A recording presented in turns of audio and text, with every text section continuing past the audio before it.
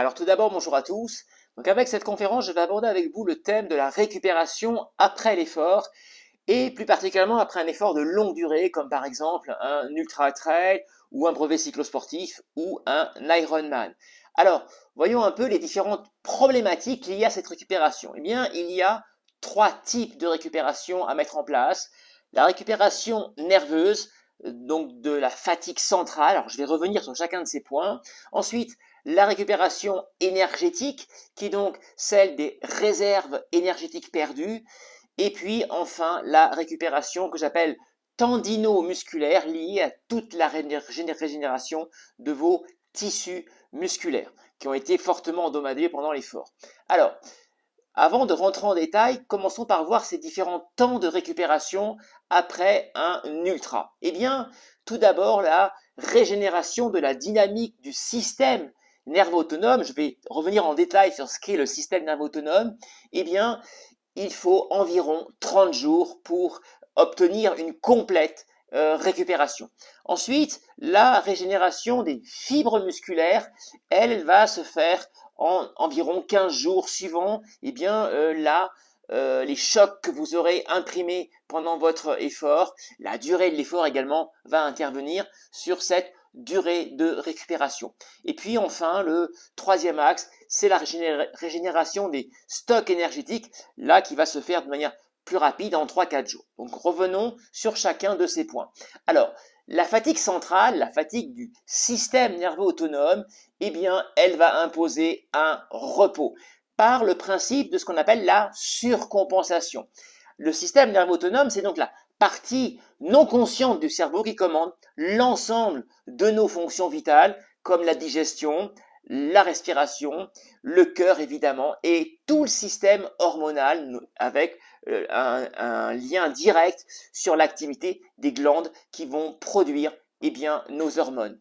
Alors, le principe de la surcompensation, comment se fait-il? Eh bien, lorsque vous faites un ultra, vous partez d'un niveau initial, qui est en général un bon niveau, puisque c'est votre pic de forme, normalement. Et puis, avec l'effort, eh bien, vous avez une forte sollicitation, et donc, forcément, à l'arrivée, eh bien, le niveau initial, il est perdu. Eh bien, le principe de la surcompensation, c'est de laisser un temps suffisamment important pour que l'organisme réagisse face à ce stress que vous lui avez imposé, et non seulement va réagir, mais on va surréagir pour surcompenser. Et cette notion de surcompensation, ce sera ça qui va être une source de progrès. Donc en soi, un ultra, s'il est bien géré en termes de récupération, ça va favoriser un progrès. Alors, la règle des ultras, il y a une règle qu'on appelle la règle des 30 jours. Elle est en lien direct à la sévérité, notamment des micro-lésions que vous avez fait pendant votre effort. Tout cela parce que pendant votre effort, vous allez très fortement produire des enzymes qu'on appelle des CPK, et ces CPK vont fortement perturber tout notre organisme. Cela va dépendre évidemment de la durée de l'effort, de la qualité de la foulée. Plus vous aurez une foulée ample et relâchée, et bien moins vous fabriquerez de CPK. Puis ça va également évidemment dépendre de la technicité du parcours. Plus le parcours sera cassant, évidemment plus il y aura une forte production de ces CPK, et il faut environ 30 jours pour les éliminer. Alors, il y a des études qui ont été faites, notamment en lien au tremblement de terre. On a constaté que après un ultra, les trailers sont presque en situation identique des gens qui ont été écrasés avec des objets, des déchets pendant les tremblements de terre. C'est ce qu'on appelle le crush syndrome, qui a été étudié par notamment ces chercheurs dont je vous donne les références si vous voulez aller voir leurs études. Alors, passons maintenant de manière plus générale sur les temps de récupération. Sachez que sur un effort d'endurance d'environ de 2-3 heures, au niveau du seuil 1, qui correspond à au moment où il y a une première petite dette d'oxygène dans votre organisme, 24 à 48 heures si je suis pas forcément un élite, si je suis vraiment avec un très haut niveau d'entraînement et d'expertise, ça sera entre 12 et 24 heures la récupération complète. Pour un effort plus long de 4 à 6 heures, voilà, 48 à 72 heures ou de 24 à 48 heures si je suis un expert. Voilà, et puis pour les week-end shocks, ces fameux week-ends de très forte charge préparatoire à les ultra trails, là, il va falloir 3 à 5 jours lorsqu'on n'est pas vraiment aguerri et entre 2 et 3 jours lorsque l'on est déjà un expert sur donc 2 journées intenses de 8 à 10 heures.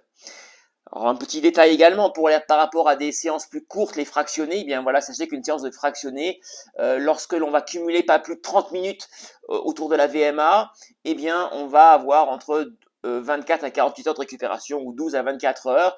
Et pour les fractionnés plus longs, où là on va dépasser eh bien, un cumul de plus de 30 minutes sur une intensité qui est quand même assez proche de la VMA, eh bien 2 à 3 jours ou 1 à 2 jours si on est un expert.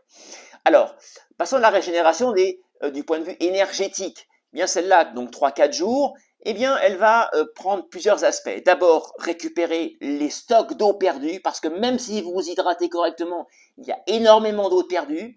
Les sels minéraux, alors je l'ai mis à côté parce que qui dit perte d'eau dira avec la perte de sels minéraux, les glucides et les protéines. Alors, les besoins en eau, ils sont très importants. Il va falloir entre 1 à 2 litres juste après l'effort, mais par petite quantité. C'est extrêmement important parce que si vous buvez de trop grosses quantités, eh bien vous allez fortement diluer l'acide gastrique qui va intervenir pour faciliter la digestion. Or, comme vous allez prendre d'autres aliments pendant votre récupération, mais vous allez perdre de cette digestibilité si vous prenez trop d'eau à la fois. Donc, par petite quantité, 1 à 2 litres sur les 2 premières heures.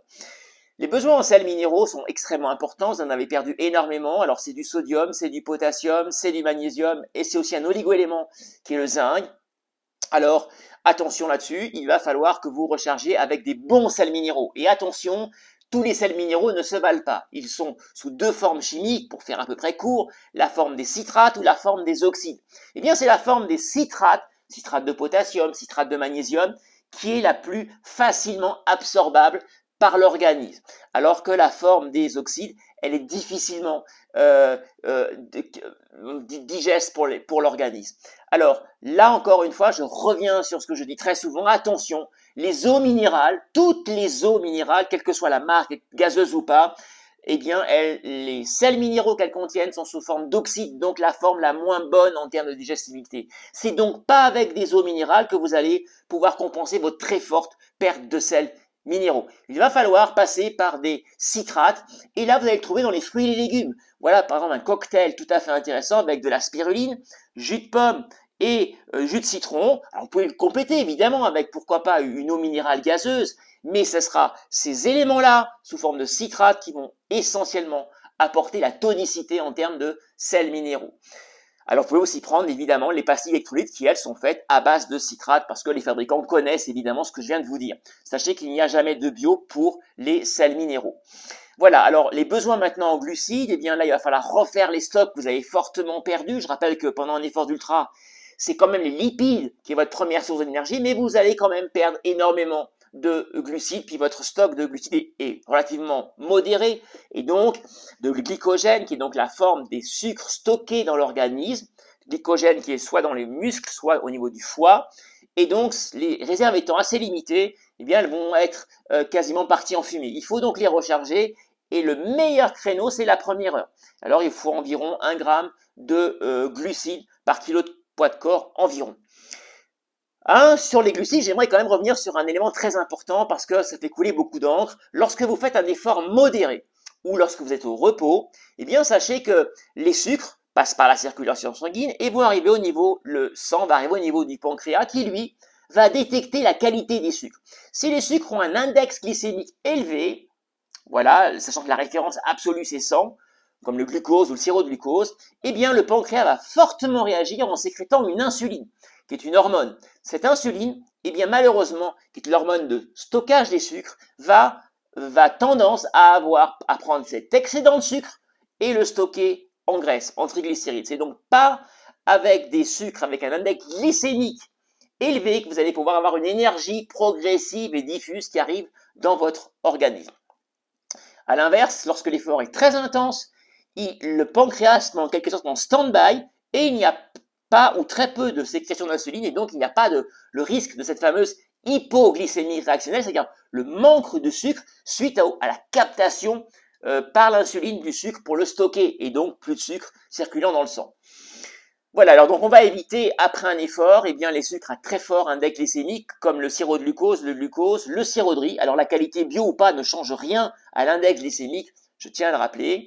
Et puis on favorisera plutôt les sucres avec index glycémique modéré, entre 60 et 70, comme par exemple le miel, le sucre complet. Je rappelle que les fibres abaissent l'index glycémique, le sirop d'agave qui est essentiellement à base de fructose, un index glycémique assez bas. Et puis, éventuellement, pourquoi pas les compotes de fruits, parce que les fruits sont quand même avec une bonne part de fructose. Et puis, les céréales, l'amidon des céréales est évidemment très intéressant parce que avec un index glycémique modéré. Alors, maintenant, passons aux besoins en protéines. Extrêmement important pour régénérer vos tissus endommagés. On est dans la récupération au niveau structural. Et donc là, eh bien, il va falloir prendre une famille particulière de protéines qu'on appelle les BCAA, leucine, isoleucine, valine. C'est trois types de BCAA. Et là, c'est très rapide. Il faut que ça soit dans les 30 premières minutes à 1 heure maximum parce que c'est la meilleure fenêtre d'absorption de ces BCAA. 4 à 6 grammes de BCAA, c'est intéressant. Vous pouvez également commencer la prise des BCAA pendant l'effort d'ultra longue distance. Ça va permettre de déjà commencer à entretenir en quelque sorte et permettre la régénération des fibres musculaires endommagées. Alors, les BCAA, deux sources, source animale, poudre de petit lait, lactosérum, qu'on appelle aussi la whey en fitness, les fromages à pâte cuite, alors un peu plus avec modération parce qu'attention, ils sont acidifiants quand même, voilà, alors que le lactosérum, non, et le bœuf séché, la viande des grisons est tout à fait un must en termes de concentration de BCAA. Et puis d'origine végétale, tout ce qui est à base de soja, qui a l'ensemble des acides aminés et les BCAA, le tofu par exemple, les fruits qu'on appelle protéoléagineux, proté au nom de protéines, donc les amandes, les noix, les noisettes, c'est tout à fait intéressant, et les pistaches également, tout à fait riches en BCAA.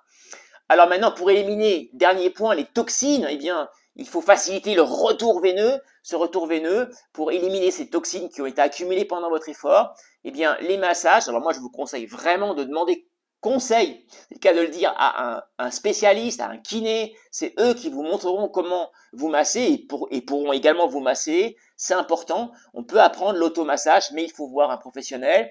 Les collants de contention. Alors attention, je suis farouchement opposé aux chaussettes de contention. Pour moi, c'est du marketing. L'intérêt, c'est le vrai bas de contention où il n'y aura pas de point de rupture au niveau du mollet, avec une complète bien meilleure, un bien meilleur retour veineux. Dans le monde médical, après une prothèse, voilà, j'ai deux prothèses, je peux vous dire qu'on n'utilise pas de chaussettes de contention, mais bien des bas de contention. Et ensuite, l'électrostimulation est aussi tout à fait intéressante pour favoriser ce retour veineux. Alors maintenant, le protocole de reprise, lorsque l'on a fait tout cela et qu'on veut reprendre les entraînements, eh bien, la première semaine après un ultra, c'est 1 à 2 semaines, ça va dépendre évidemment de votre niveau. Hein. Si on est Kylian Jornet, on va pas prendre 2 semaines pour reprendre un ultra. Mais si on a pioché pendant 40 heures ou plus sur un UTMB, 2 semaines, c'est quand même assez utile. Rien, repos complet, vraiment le repos complet. Ensuite, 1 à 2 semaines où on va reprendre de manière souple. Alors le vélo est très très bien, la natation, parce qu'on est en sport porté, donc on va pas aggraver les inflammations qu'il y a eu. On est en dessous du seuil maximum, en tous les cas au niveau du seuil 1, 75% de la fréquence cardiaque maximale. Et ensuite, on va pouvoir reprendre une semaine après cela, en plaçant des fractionnés courts qui vont pas trop impacter la fatigue du système nerveux autonome. Et alors maintenant, dernier point avant de conclure ma conférence, le lendemain d'une sortie intense ou d'une course, entre 8 et 10 heures en dessous, eh bien, on va pouvoir faire une séance le lendemain, intensité très souple. Donc là, on est en dessous du seuil 1 et on va placer quand même quelques sprints hyper explosifs.